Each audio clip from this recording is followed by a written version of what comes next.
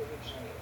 Foram parados pela Polícia Rodoviária Federal com várias joias. Eles estavam ainda em Mato Grosso do Sul. Estariam a caminho da fronteira com a Bolívia. São cordões, relógios, medalhões e pulseiras. Algumas joias fazem referência ao Complexo de Israel, conjunto de comunidades na zona norte do Rio, dominado pelo traficante Álvaro Malaquias Santa Rosa, o Peixão. As peças estavam com parentes do criminoso, foragido da justiça. Eles estavam em 2 carros e, segundo a polícia, seguiam para a fronteira do Brasil com a Bolívia.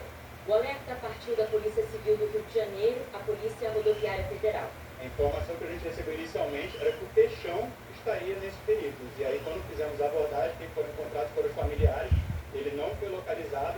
A mulher, os 3 filhos e o sobrinho do traficante foram parados em Campo Grande, Mato Grosso do Sul, e levados para prestar depoimento na Polícia Federal.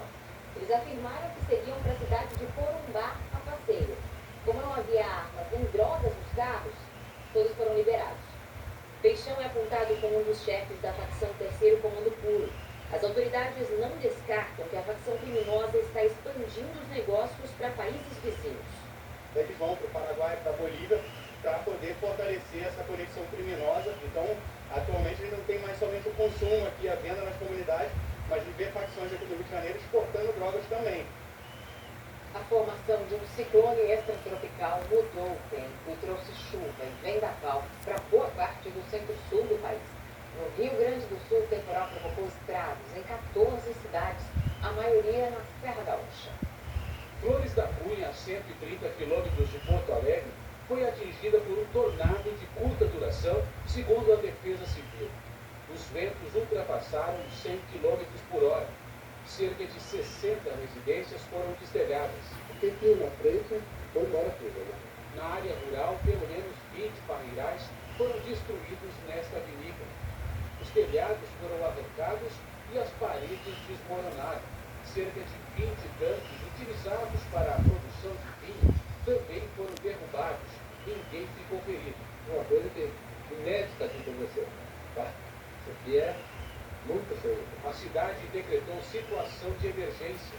Estamos fazendo os levantamentos necessários para ter ideia da extensão, para ver o que mais nós podemos ajudar o município, né? O que o Estado pode fazer de suporte ao município. Nesta tarde, o Instituto Nacional de Meteorologia elevou para vermelho o alerta de ventos fortes no Rio Grande do Sul.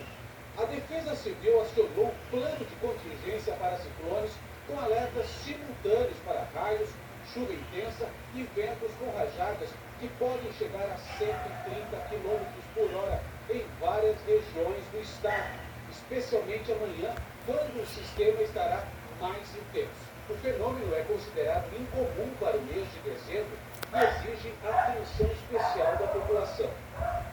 Em Santa Catarina, uma família inteira morreu depois que o carro foi arrastado pela enxurrada. O carro vermelho tenta passar pela enxurrada.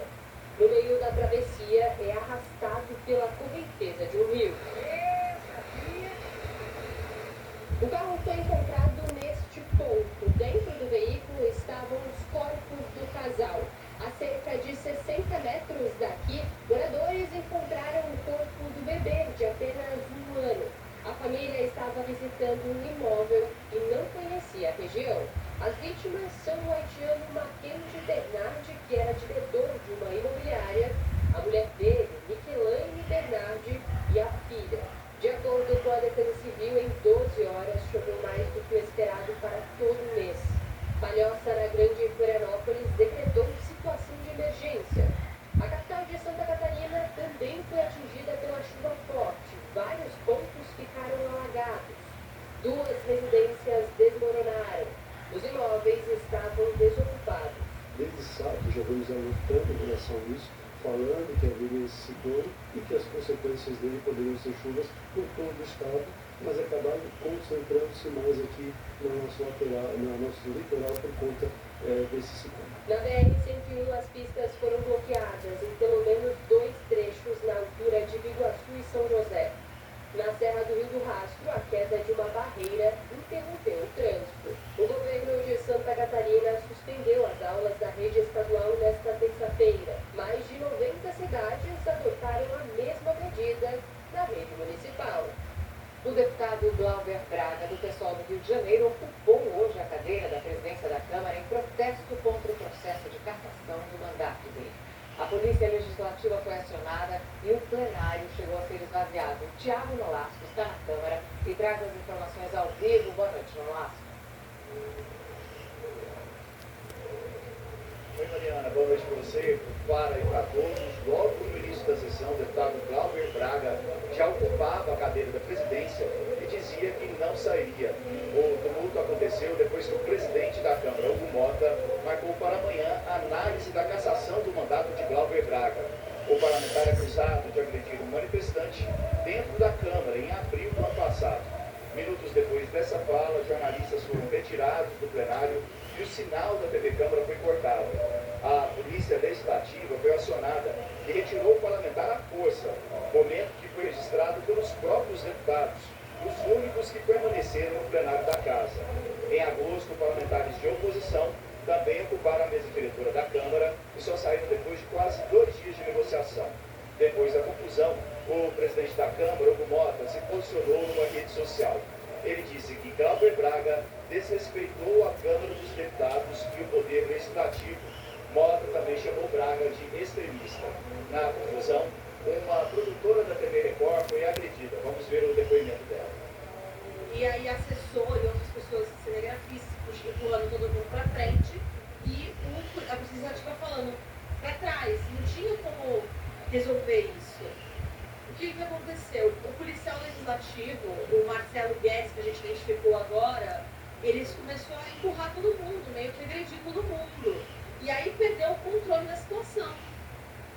No que perdeu o controle, eu estava com o microfone levantado, me esticando, porque eu não sou muito alta, tentando pegar alguma fala do Glauber, do deputado Glauber. E aí, nessa hora do policial ir afastando e tudo mais, eu levei uma cotovelada na boca do estômago, do diafragma. Foi quando eu perdi o ar. A Associação Brasileira de Rádio e Televisão divulgou nota em que repudia a agressão sofrida por produtoras da Record e outros profissionais de imprensa na Câmara dos Deputados, e que a violência contra jornalistas é uma grave afronta à liberdade de imprensa e ao direito à informação. A FENAGE, a Federação Nacional dos Jornalistas, e o Sindicato dos Jornalistas do Distrito Federal declararam que repudiam a grave censura à imprensa e as agressões a jornalistas na Câmara dos Deputados. O relator do projeto de anistia aos condenados pelo 8 de janeiro apresentou hoje a proposta na Câmara. O texto deixa de lado a anistia, mas reduz a pena de todos os condenados, inclusive a do ex-presidente Jair Bolsonaro. O relatório do deputado Paulinho da Força reduz as penas, revisa trechos do Código Penal e da Lei de Execução Penal para permitir a progressão de regime, mas não trata de anistia. As condenações são mantidas, mas com duração menor. O texto tira, por exemplo, a soma das penas dos crimes de golpe de Estado e de abolição violenta do Estado Democrático de Direito. Pelo projeto, só passaria a ser aplicada a pena mais grave. No caso do ex-presidente Jair Bolsonaro, a pena seria reduzida de 27 anos e 3 meses para 13 anos, e o período em regime fechado passaria a ser de 2 anos e 4 meses. Depois desse período, Bolsonaro poderia ir para o regime semiaberto. A oposição se comprometeu a não apresentar destaque para encaminhar uma proposta de anistia. O ex-presidente Bolsonaro foi consultado e aceitou o acordo. Integrantes do PL negam que a votação do projeto de redução de penas tenha relação com a candidatura de Flávio Bolsonaro à presidência. Em entrevista à Record, ele afirmou que o preço para desistir da candidatura seria uma anistia ampla e a devolução dos direitos políticos de Bolsonaro. A função do senador Flávio Bolsonaro foi muito clara. Voltar à anistia, o pai na urna. O que nós estamos votando aqui é um remendo. É um primeiro integral. É a redução de penas. Então, relação zero. A discussão da redução de penas irritou os governistas. O líder do PT disse que eles foram surpreendidos. Se ele passar, vai ter reação no Senado. Também se passar, tem a possibilidade de veto do governo. E tem também, em último caso, o próprio Supremo Tribunal Federal. Hoje de manhã, o senador Flávio Bolsonaro visitou o pai na Polícia Federal em Brasília. Jorge Mora, um abraço da Polícia.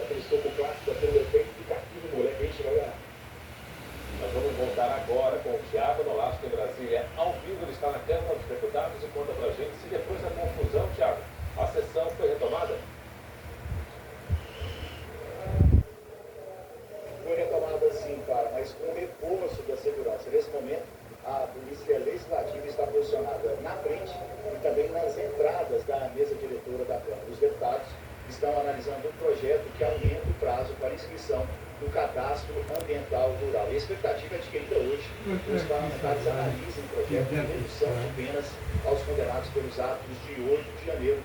A base governista vai tentar adiar a votação. Com vocês em São Paulo. Obrigada, Nolasco. Ainda nessa edição a gente volta com mais informações sobre essa confusão na Câmara, depois que o deputado Glauber Braga ocupou a cadeira da presidência.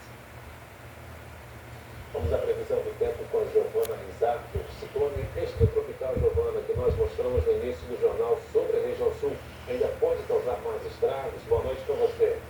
Pode, Fara. A área de alerta vermelho segue no Rio Grande do Sul e também em Santa Catarina. Boa noite para você. Oi, Mariana, boa noite. Uma boa noite para você. Amanhã, além da chuva forte no sul, as rajadas de vento podem ultrapassar os 100 km por hora no litoral. A capital gaúcha permanece em alerta para temporais e ventania. Faz 22 graus. Em São Paulo, chuva forte na madrugada e pela manhã ela perde força. Máxima de 28. Em Belo Horizonte, tempo fechado e chuva a qualquer hora. À tarde faz 24 graus. Hoje, diversas cidades do sul do país registraram mais de 100 milímetros de chuva. As nuvens carregadas continuam sobre o sul e também avançam pelo sudeste e centro-oeste. O ciclone extratropical segue influenciando o tempo no sul e no sudeste, principalmente Rio Grande do Sul, Santa Catarina, leste de São Paulo e do Rio de Janeiro. Nessas áreas, os ventos podem variar de 80 e 100 km por hora, com rajadas ainda mais fortes em regiões de serra e de praia. O calor e a umidade deixam em alerta para temporais as divisas entre Tocantins, Pará e Maranhão. Em Florianópolis, tarde de 28 graus. No Rio de Janeiro, 35. 25 em Brasília, 32 em Porto Velho e até 30 graus em Natal. Hora do tempo delivery. O Caleb é de Olinda, Pernambuco. Boa noite, Caleb. Nos próximos dias, o sol aparece entre nuvens e as máximas ficam entre 30 e 31 graus. O André é de Maricá, Rio de Janeiro. Oi, André, bem-vindo. Na quarta-feira, previsão de chuva na madrugada e pela manhã. Máxima de 32 graus. Quinta e sexta com sol encoberto e tardes entre 30 e 31 graus. Faça seu pedido nas redes sociais com a hashtag você no JR. Mariana, para. Obrigada, Giovana. Você vai ver a seguir?